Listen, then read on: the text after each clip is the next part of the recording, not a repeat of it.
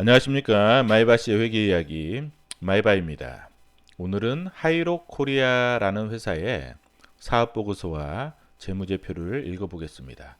이 동영상은 종목을 추천하는 동영상이 아닙니다. 이 동영상은 회사의 사업보고서와 재무제표를 계속 반복적으로 읽어나가면서 사업보고서와 재무제표에 익숙해지기 위해서 공부하는 채널입니다.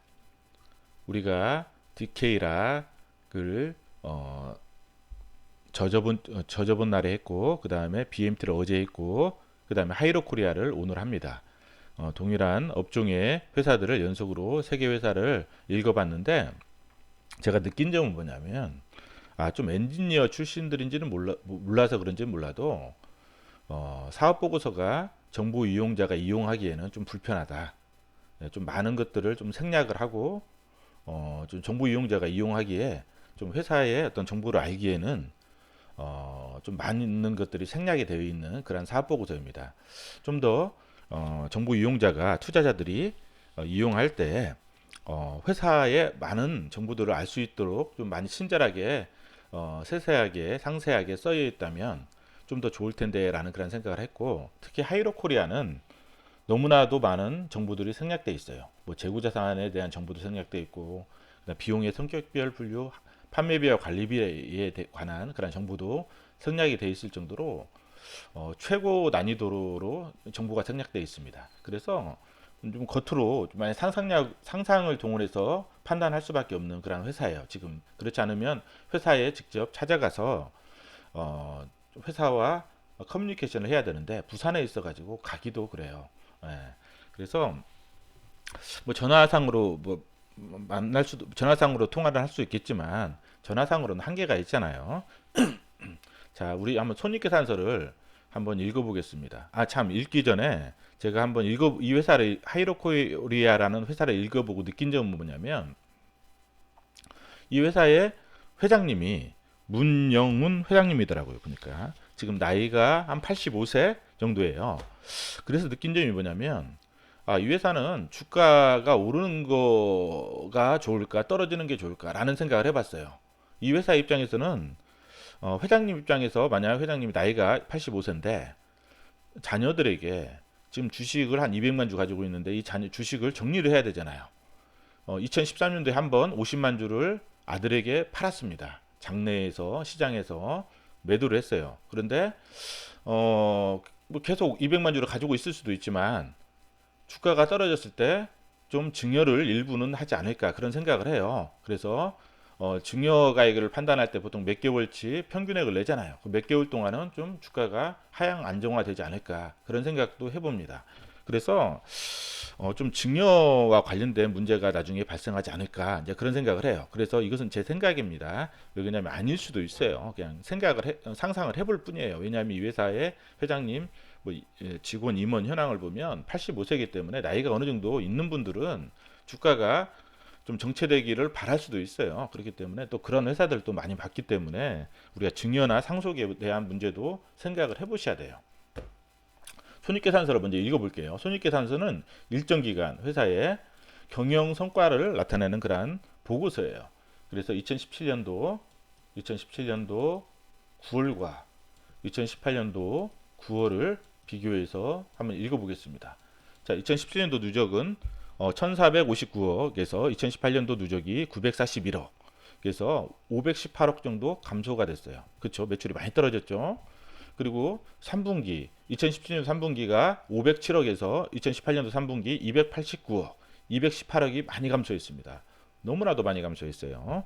그 다음에 매출 총이익을 보면 2017년도 누적 462억에서 2018년도 누적 275억으로 187억이 감소했어요. 그리고 3분기 2017년도 3분기 155억에서 2018년도 3분기 78억으로 77억이 감소했습니다. 영업이익은 2017년도 누적 293억에서 2018년도 누적 98억으로 195억이 감소했어요. 그 다음에 3분기는 99억에서 2017년도 99억에서 2018년도 25억으로 74억이 감소했어. 엄청나게 많이 매출도 감소하고 영업이익, 매출 총이익도 감소하고 영업이익도 감소했어요. 이 회사는 지금 매출 총이익률 보시면 아시겠지만 지금 2018년도 3분기하고 2017년 3분기 비교해 보면 많이 떨어졌죠. 누적으로 봐도 많이 떨어졌어요. 영업이익도 마찬가지예요. 많이 떨어지고 영업이익률은 어때요? 누적으로 보면 거의 반 이상 떨어졌어요. 20%인데 영업이익률 20% 아주 엄청나게 좋은 회사였었는데 작년에 10%까지 떨어졌잖아요. 이거 엄청나게 많이 떨어졌어요. 그렇죠? 거의 뭐 반토막이 날 정도로 영업이익률이 그만큼 많이 떨어졌다는 거예요. 자, 매출 총이익은 뭐예요? 이게 떨어졌다는 것은 자, 매출에 P 곱하기 Q잖아요. 매출 원가잖아요. 원가 곱하기 Q. 그러면 뭐예요? 자, P가 지금 Q는 그렇게 많이 떨어진 것 같지 않아요. 제가 봤을 때는. 근데 P가 많이 떨어졌거나 원가가 올라갔을 수가 있어요. 주석상 읽어보니까 P가 상당히 많이 떨어졌어요. 50% 밸브 같은 경우는 50% 가까이 떨어진 50% 가까이 떨어진 것도 있더라고요. 밸브는. 나머지는 좀 약간씩 떨어졌는데 원가도 뭐 그 뭐야 스테인레스가 뭐야 그쪽은 떨어졌지만 나머지는 세 개는 올라갔더라고요 보니까. 그래서 이쪽 매출 총이익률은 어쩔 수 없이 P가 떨어지고 스프레드가 상당히 많이 축소가 됐잖아요. 원래 부가가치가 높았기 때문에 이익이 났지 다른 회사 같으면 적자가 나죠. 이렇게 되면. 근데 이제 스프레드가 많이 축소가 됐죠. 축소가 돼가지고 부가가치가 많이 떨어졌어요. 마진이 많이 떨어지고 그래서 매출 총이익, 영업이익도 또 뭐예요? 판매비와 관리비 효율성이 떨어지고 왜 그러냐면 매출액이 줄어드니까 고정비가 많을 거 아니에요. 그렇죠? 판매비와 관리비에 고정비가 많기 때문에 우리가 매출액이 많으면 증가하면 고정비로 인한 영업 레버리지 효과 때문에 매출 영업이익률이 많이 증가하지만 매출이 반대로 떨어지면 영업이익률이 많이 감소해버려요. 그렇기 때문에 지금 많이 감소한 거예요. 지금 왜 그러냐면 이 회사는 장기 근속한 직원들이 많아요. 그래서 인건비가 DK락이나 BMT보다 인건비가 훨씬 높아요. 인건비가 1인당 지급하는 인건비도 평균이 한 4천만 원 되기 때문에 하이로코리아는 상당히 거의 10년 가까이 근속한 직원들 평균이 10년이에요. 그렇기 때문에 상당히 고정비가 높다는 거예요.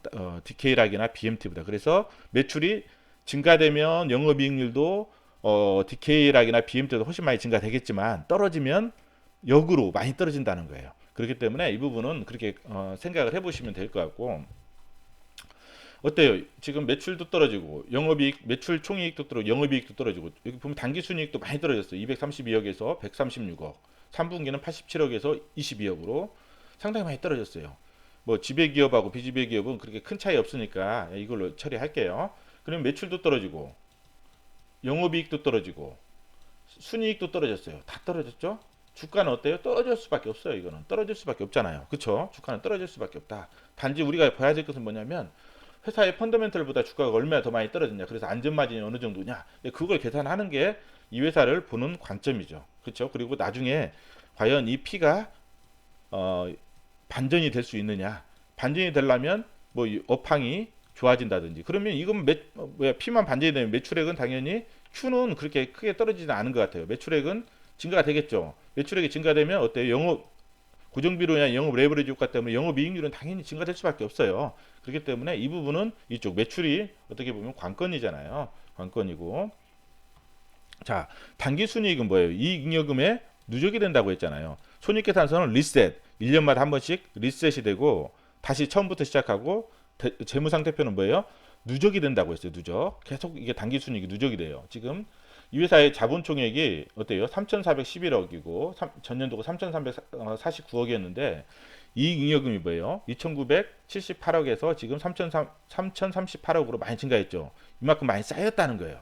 근데 이 자본총계가 이건데 가장 많이 차지하는 게 뭐예요? 이익잉여금이에요. 그렇죠? 그러니까 이 회사는 뭐냐면 과거에 영업 경영을 잘해가지고 이익이 엄청나게 많이 났다는 거예요. 이익이 이만큼 쌓여가지고 자본총계의 대부분이 뭐냐면 이익잉여금이라는 거예요. 그렇죠? 자본총계의 대부분이 차지하는 게 이익잉여금이잖아요. 엄청나게 튼튼한 회사예요. 이 회사는. 그렇죠? 그래서 부채 비율은 뭐예요? 부채도 감소하고 있잖아요. 지금 444억에서 423억으로. 그렇죠? 13.2%에서 12.4%로. 그래서 뭐냐면 이 회사는 뭐냐면 자본총계가 높다는 것은 부채 비율이 지금 낮죠. 부채 비율도 낮고 자본총계도 무겁다는 거예요. 무겁다. 제가 저번에 말씀드렸을 거예요. 초창기에 재무상태표는 뭐라고 했어요?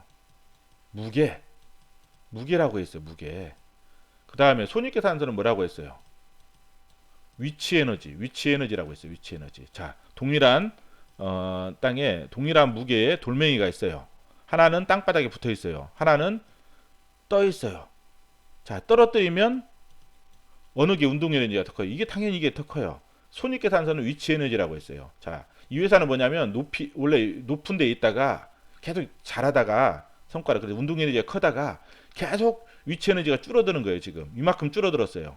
그럼 어때요? 운동 에너지는 줄잖아요. 무게는 높은데 운동 에너지가 줄면 어떻게 돼요? 안 움직이겠죠. 잘. 이 회사는 뭐냐면 재무상태표는 좋기 때문에 무게가 많이 나가요. 무게가 많이 나간다. 무게가 많이 나가기 때문에 안정적이다. 움직이지가 않아요. 비바람이 불어도. 그렇지만은 운동 에너지가 적잖아요. 그러면 주가는 어때요? 위로 가기 쉽지 않아요. 가려면 어떻게 해야 돼요?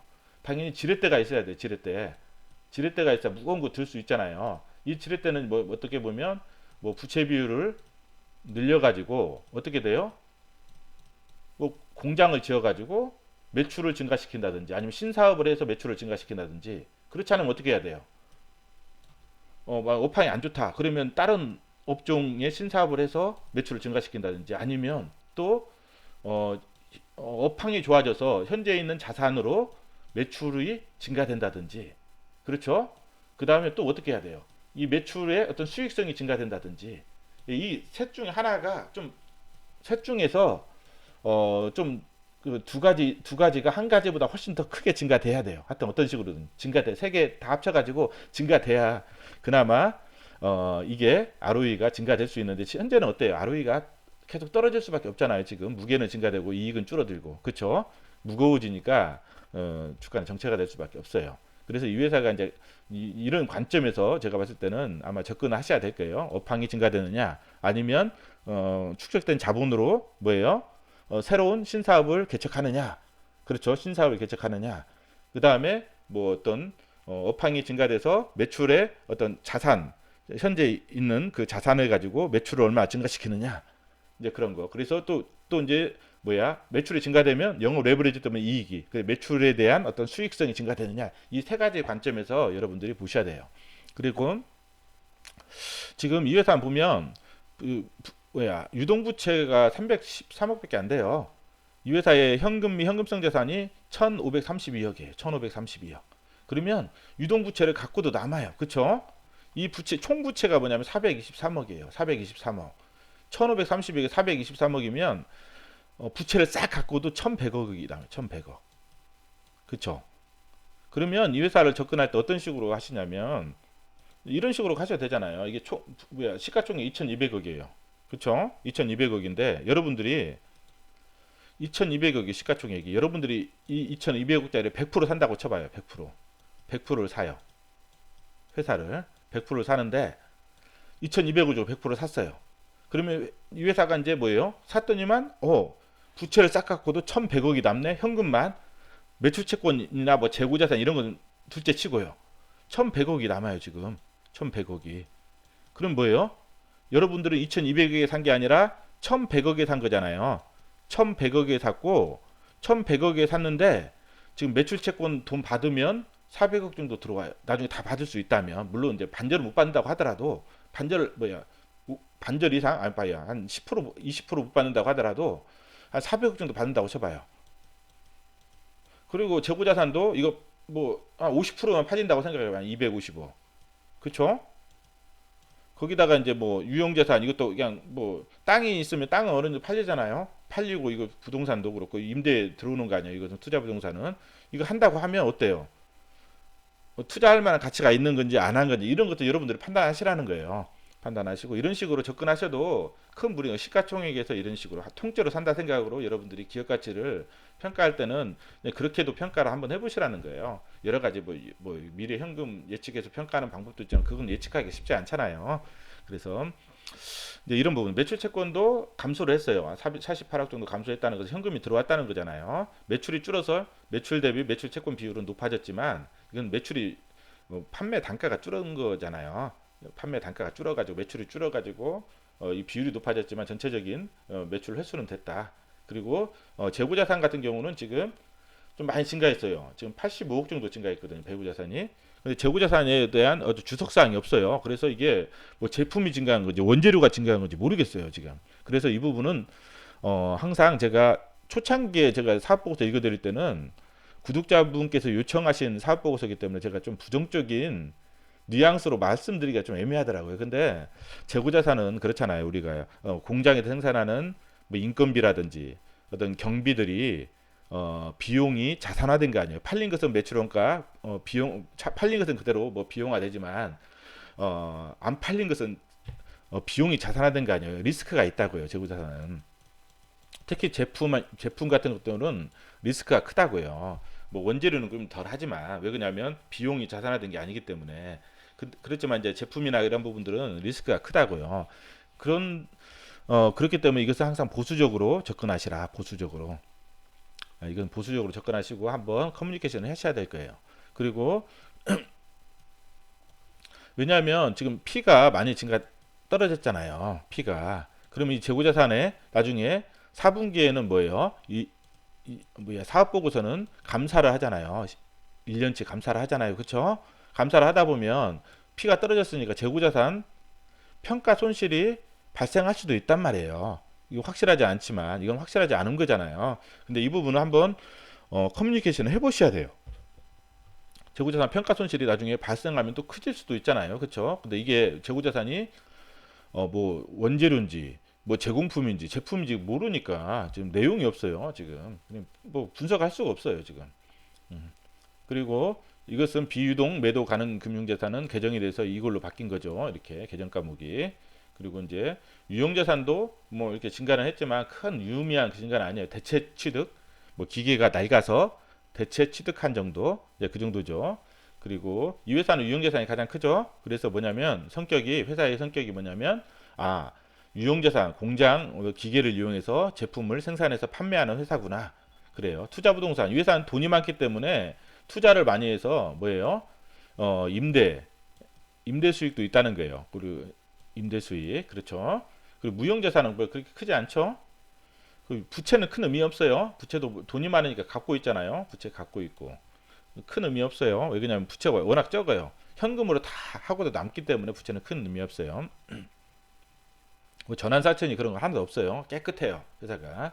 현금 흐름을 이렇게 보면 영업활동 현금 흐름이 지금 88억이잖아요. 전년 대비해서는 좀 많이 줄었어요. 그리고 당기순이익이 113억이니까 순이익하고 비교해도 뭐 그렇게 크게 나쁘지는 않아요. 그렇죠? 질은 그렇게 나쁘지는 않아요. 그냥 BMT는 당기순이익이 많이 났는데 증가됐는데 영업활동 현금 흐름이 적자잖아요. 거기에 비해서는 좀 현금활동 영업 현금 흐름은 좋아요. 투자활동 현금 흐름 보면 이 회사의 성격을 알 수 있어요. 이 회사는 뭐 어떤 확장을 시키는 그런 회사가 아니에요. 현금을 많이 벌어들이는데 뭘 취득하냐면 단기 금융상품을 취득해요. 그러니까 뭐냐면 이 회장님의 성향은 뭐냐면 좀 안전지향적인 것 같아요. 완전 현금이 많으면 현금을 가지고 뭐 확장한다든지 그런 게 아니라 그냥 지금 있는 그 제품 그대로 좀 하고 나머지는 현금은 금융자산을 이렇게 킵해주는 그러한 성격. 그리고 유형자산 같은 경우는 46억이니까 뭐 좀 기계가 낡아가지고 대체 취득하는 정도 그 정도 선에서만 투자를 하시는 것 같아요. 재무활동 보면 차입금을 갚아놔요. 상당히 안전지향적이에요. 그렇죠? 부채가 계속 낮아져요. 그렇기 때문에 ROE는 어때요? 계속 더 낮아져요. 왜 그러냐면 무거워지니까. 계속 무거워지잖아요. 부채라도 있어야 지렛대를 이용해서 뭔가 하는데 부채도 갚아나가고 있어요. 그만큼 뭐랄까 회사가 현금을 활용해서 뭔가를 사업을 하고자 하는 그런 의지가 없다는 거죠. 지금 현재 상태로는. 그래서 지금 기말 현금 및 현금성 자산이 지금 많이 줄어들었죠. 좀 뭐 어때요 느낌이? 좀 성숙기에서 회사가 쇠퇴기 이런 현금 흐름하고 좀 비슷하죠. 성숙기에서 쇠퇴기로 가는 그러한 그러한 현금 흐름.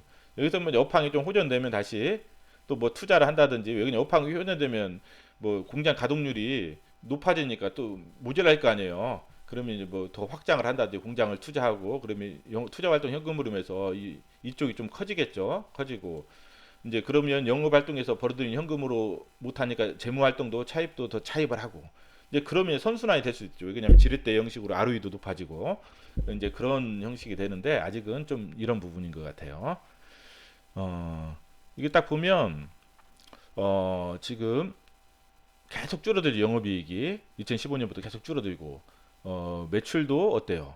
매출이 2017년도에 잠깐 올라갔다가 줄어들죠. 다시 엄청 많이 줄어들었어요. 그리고 전년 대비해서는 줄어드는데 지금 분기 보면 3분기부터 지금 2분기부터 지금 조금씩 올라가고 있잖아요. 그렇죠? 영업이익이 올라가고 있죠. 이 부분은 내년도에 보셔요. 이게 왜냐면 매출이 지금 추세적으로 증가하는 그런 모습은 아니잖아요. 증가했다 감소했다 증가했다 감소했다 이런 부분인데 이 부분 한번 여기서부터 감소하다가 여기서 살짝 올라올 이제 4분기 때 예상이 337억이면 올라오는 부분인데 내년 1분기까지 보시면 추세적으로 올라오는지 이 부분 한번 확인해 보셔야 될 것 같아요. 그리고 ROE가 계속 엄청나게 떨어지고 있고, 그렇죠? 회사가 워낙 무거워지고 있어요. 회사가 배당은 400원씩 한번 볼게요. 회사의 개요를 보면 협동 이게 이제 종속회사가 협동사가 있고 그 다음에 협동전공 그 다음에 이런 부분이 있어요. 이 회사는 판매 회사예요. 판매 회사 지역에서 중국, 미주, 유럽에서 판매하는 회사고 협동사는 후처리가 보통 열 처리하는 거잖아요. 열 처리 뭐 어떤 밸브나 그런 걸 만들면 열 처리해서 막 금형이라 뭐 이렇게 도금 같은 뭐 그런 거 하는 거 열 처리하는 거 그래 품질 강화나 핵심 기술 확보를 위해서 설립된 회사고 협동전공은 뭐예요? 부품을 공급하기 위한 거. 부산광역시에 있다는 거예요. 그래서 이런 부분들을 왜냐하면 뭐 이 회사들은 광역시가 아니라 뭐 다른 쪽이잖아요. 그러니까 땅값의 차이가 있다는 거죠. 땅값. 여기는 뭐 장부가액으로 아마 기록되어 있는 것 같아요. 그렇죠? 그 재평가는 안 했기 때문에 그렇죠. 만약 팔면 더 받을 수 있다는 거잖아요. 그렇죠? 재평가하면 어때요? 땅값이 올라가면 더 무거워지죠. 그냥 재평가를 안 하는 게 나아요. 이 회사는 지금 상태에서는. 예. 단기적으로 뭐 어떤 주가를 하기 위해서는 재평가를 하는 게 좋지만 그렇지 않으면 장기적인 부분에는 ROE가 떨어지기 때문에 재평가를 안 하는 게 더 나은 것 같아요. 미상환이라든 전환사채라든 신주인수급부사채 이런 부분들은 어때요? 현금이 많기 때문에 발행하지 깨끗해요. 깨끗하고 유통주식수가 1,300만 주, 그 다음에 400원 배당을 한다는 건 뭐예요? 회사가 소액주주와 이익을 공유한다는 의미이기 때문에 배당을 안 하는 회사보다는 좋다는 거예요. 그렇죠? 그리고 사업의 개요는 우리가 많이 봤죠. 이 부분은 앞에 BMT나 DK라고 볼 때 그리고 협동사는 뭐예요? 열처리, 후처리 공정이라고 하죠. 협동전공은 핵심 부품인 슬리브와 펄을 기술 확보를 위해 이제 공급해주는 그렇죠. 이런 부분이고 이거 많이 봤어요. 진입장벽이 높고 부가가치가 높고 그렇죠. 진입장벽이 높고 이건 앞에 다 읽었던 거예요. 읽었던 거고 경쟁 요소 볼게요. 기술력이 있어야 되고 품질, 가격 그리고 고객 지원 등이 주요 경쟁 요소다. 진입의 난이도, 진입장벽이 높다. 공급자 승인이 까다롭기 때문에 그렇죠. 경쟁 우위 요소 이 회사의 경쟁 우위 요소는 뭐냐면 축적된 기술력, 고객이 원하는 시기에 원하는 제품을 납품할 수 있는 능력. 둘째는 경쟁사 대비 뛰어난 영업력과 생산 시설. 근데 이제 뭐 BMT도 그렇고 TK락도 다 똑같은 말 쓰잖아요. 그쵸? 근데 이 회사가 지금 P가 떨어졌단 말이에요. 그럼 뭐예요? 경쟁력이 약화됐을 수가 있어요. 왜 그러냐면 원가보다 더 많이 떨어졌기 때문에. 그쵸? 스프레드가 줄어들었잖아요. 경쟁력이 좀 뭔가 모르지만 약화가 됐다. 이건 한번 커뮤니케이션 해보셔요. 경쟁력이 약화된 건 일시적으로 뭐 어떤 것 때문에 한 건지 이건 모르겠어요. 국내 매출은 뭐예요? 지금 39% 줄어들었죠. 그리고 수출도 지금 49% 줄어들었어요. 엄청나게 많이 줄어들었죠. 제품 현황 보면 피팅이 37.3% 가장 많이 차지하죠. 그 다음에 밸브가 29.3%, 그 다음 기타가 모듈 및 이타 상품 21.4%. 제품 가격 보면 밸브 가격 봐보세요. 다 떨어져 50% 가까이 떨어졌죠. 95,000원에서 50% 가까이 떨어졌어요. 50% 가까이. 나머지도 다 떨어졌어요. 이거 하나만 조금 올랐어요. 이거 얼마 차지하지 않잖아. 이것은 바이트 이쪽은 얼마 차지하지 않고 그러니까 다 떨어졌다는 거예요. 거의. P가 상당히 많이 떨어졌다. 제품 가격 밸브 가격은 50% 가까이 떨어졌다. 원재료는 그렇게 스테인레스 강이 좀 많이 차지하죠. 여기 보면 스테인레스 강이 47.1%를 차지해요. 그쵸?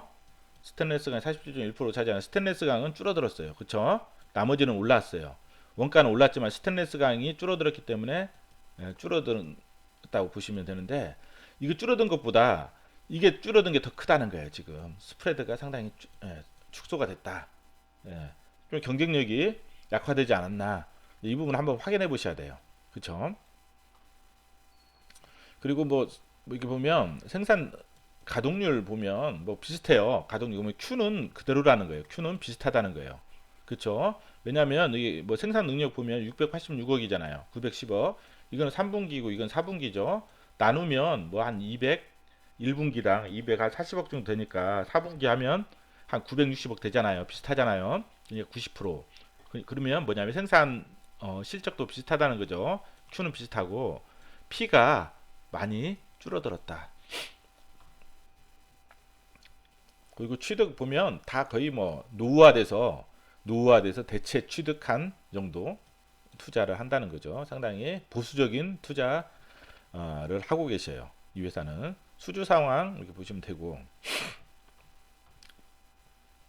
연구개발 어때 20명 연구개발 비용이 이게 뭐 비용으로 가는지 자산으로 가는지 무형자산으로 가는지 판매비와 관리비로 가는지 제조 원가로 가는지 뭐 설명이 없어요. 그쵸? 설명이 없습니다. 설명이 없고, 주석사항 볼게요. 주석사항도 간단해요. 여기 뭐 내용이 없어요. 별로. 문유건 15.72%, 문영훈 14.97%, 그리고 소유 지분 이렇게 있다는 거 한번 읽어보셔요. 뭐 특별한 건 없어요. 왜냐면 이게 그렇게 중요한 건 아니고, 약간 누적으로 보면 국내 매출도 많이 줄었고 수출도 많이 줄었잖아요. 누적으로 보면, 자 여기도 뭐 특별한 건 없고, 잠깐만요.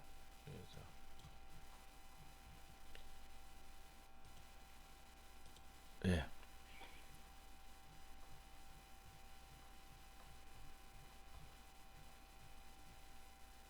여기 보면 뭐 특별한 거 없고, 여기 잠깐만요. 여기 네, 매출 채권 한번 볼게요. 매출 채권도 순액 보면 많이 회수됐죠. 특별한 건 없어요. 매출액이 줄어들어서 지금 매출 비율이 매출액 대비 매출 채권 비율이 올라갔을 뿐이지 회수는 됐어요. 회수는 됐는데, 영업 부분 정보를 보면 지금 외부 고객으로부터 수익은 뭐예요? 지금 많이 줄었어요. 국내. 이건 분기에 분기 누적이 아니라 분기, 3분기, 전년도 3분기, 당년 3분기. 근데 전년도에 비해서 매출은 증가해서 해외 쪽은 그쵸? 누적으로는 감소했지만 분기로 보면 증가하고 이익도 증가했죠. 그래서 약간 이 부분 해외 쪽이 좀 돌파구를 찾고 있지 않나. 그쵸? 조금씩 조금씩 무언가 변화되는, 그래서 우리가 사업 부분별로 한번 이렇게 이제 뭐가 좀 변화되는 그런 부분이 있는지를 보셔야 돼요. 뭐 특별한 건 없어요. 이게 투자도 많이 하는 것도 아니고 차입금도 뭐 특별한 건 없고, 차입금 얼마 없기 때문에 그렇게 중요하지 않고, 어, 이 회사는 뭐 깨끗해요. 뭐 특별한 거고, 이것도 일상적인 거래예요. 관계기업과의 거래, 일상적인 거래고, 이게 이제 뭐 특별한 건 없고, 급여도 좀 많이 증가했죠. 그렇죠?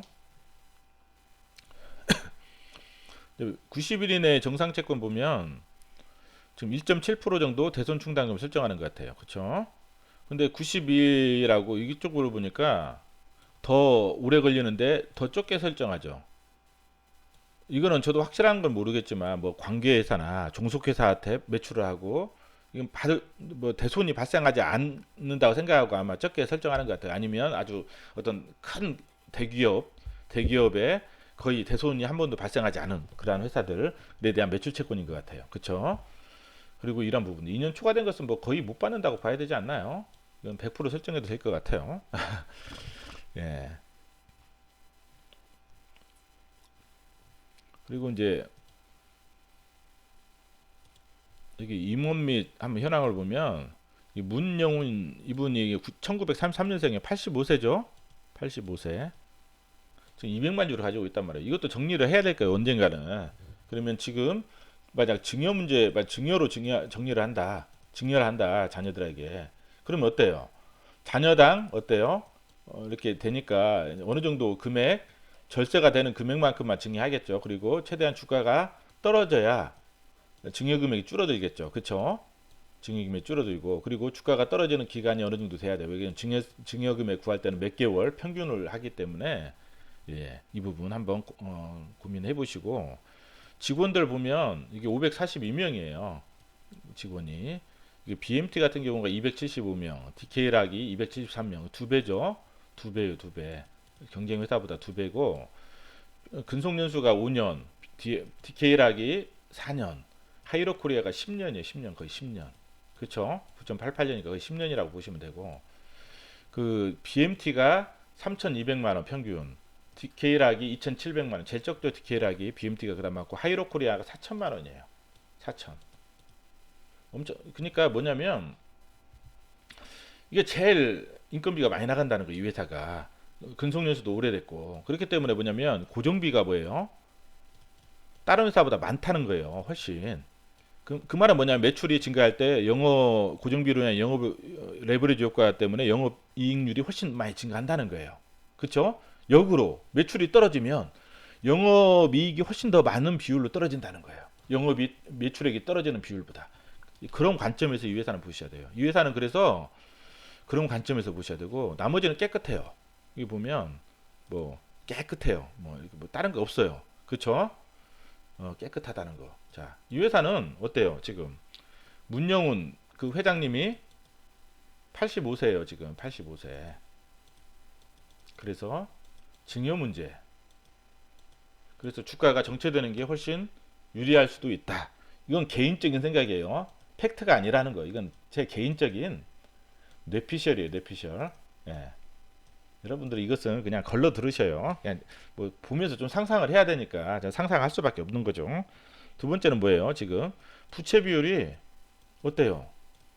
낮아잖아요. 계속 부채 비율이. 근데 이 회사가 부채 비율이 낮으니까 당연히 어때요? ROE도 어때요? 낮아져요. 지금 왜 그러냐면 계속 이익도 줄어들고, 그 다음에 그 자본도 늘어나잖아요. 자본이 계속 이익여금 때문에 늘어나잖아요. 자, ROE는 뭐예요? ROE를 증가시키려면, ROE를 증가시키려면, ROE는 뭐예요? 그 매출액분의 순이익, 당기순이익, 그 다음에 곱하기 뭐예요? 자산 총액분의 뭐예요? 매출액 곱하기 1 플러스 부채 비율이잖아요. 그쵸? 뭐예요? 그러니까 ROE가 증가되려면 지렛대를 증가시켜, 부채 비율을 증가시켜서 뭐예요? 부채를 증가시켜서 신사업에 투자한다든지, 신사업에 투자해서 업황이 안 좋다면 막 이 업황이 안 좋다 신사업에 투자해서 매출을 증가시켜요. 이 매출을. 그럼 자산도 증가되고 매출도 증가되잖아요. 그럼 자산 회전율이 증가된단 말이에요. 그렇죠? 증가시키든지, 아니면 부채 비율을 증가시키지 않고 뭐 신사업에 투자 않는다. 그러면 자산 회전율, 자산 총액분의 매출액이 증가. 이 말은 뭐냐면 업황이 회복된다든지, 업황이 좋아진다든지. 그렇죠? 그리고 뭐냐면 업황이 좋아져서 그 다음에 단가가 피가 올라가서 뭐예요? 피도 올라, 매출액도 증가해서 뭐예요? 영업 레버리지 효과 때문에, 고정비율의 영업 레버리지 효과 때문에 이익률이 증가돼서 이익이 증가된다. 그래서 순이익률이 증가된다든지, 이렇게 됐을 때 ROE가 증가될 수 있다는 거. 예, 이런 관점에서 보셔야 된다는 거예요. 세 번째는 뭐냐면 재고자산이 증가됐잖아요. 지금 재고자산이. 자, 보수적으로 접근하시라는 거예요. 보수적으로. 자, P가 지금 많이 감소했단 말이에요. 그러면 4분기에 뭐예요? 감사를 받잖아요. 감사를 받으면 재고자산 평가손실이 발생할 수 있을 여지가 있을 수도 있다는 거예요. 있다가 아니라 있을 수 있다는 거니까 여러분들이 확인해 보셔야 돼요. 저는 몰라요. 그쵸? 자, 그 다음에 현금이 어때요? 지금 만약 이 회사 2천억짜리를 다 샀다, 내가 100% 샀다, 그럼 현금으로 부채를 딱 갚아도 1,100억이 남아요. 그만큼 현금이 많다는 거죠. 그 다른 뭐 재고자산이니 매출채권이니 유형자산 그런 거 안 팔더라도, 그 유형자산도 땅이 있으면 부산 광역시니까 비쌀 거 아니에요. 그거 팔도 이거 뭐예요? 어때요? 충분히 2,200억, 1,100억 하고 남죠? 그리고 뭐 이익이 한 30억 정도 나니까 이익이 어때요? 10년만 하면 충분히 뽑고도 남잖아요. 이게 다 팔고도 뽑고 남다. 그래서 이제 그런 어떤 관점에서 접근하시냐에 따라서 이 회사를 접근하는 방법들에 대해서 한번 제가 설명을 드렸습니다. 정보가 너무 없어요. 새 회사가 전부 다 좀 정보 이용자 관점에서 좀 정보를 분석하기에 좀 불편해요. 좀 다음 좀 회사들이 좀 약간만 정보 이용자 관점에서 좀 배려를 해줬으면 좋겠습니다. 오늘 인상입니다.